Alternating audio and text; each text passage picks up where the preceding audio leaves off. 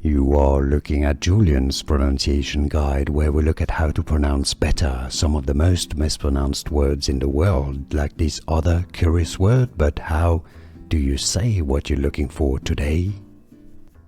Let's learn once and for all how to pronounce this word and clarify the pronunciation here.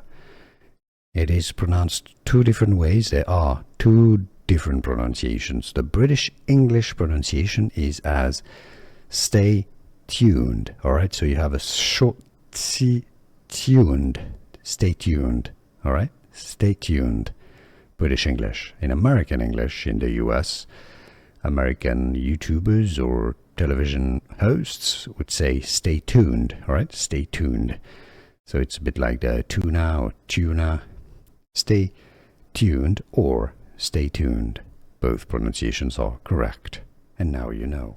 Here are more videos on how to pronounce more confusing words and names too many mispronounced. Like this video if you found it useful. I appreciate your support. I'll see you soon and thanks for watching.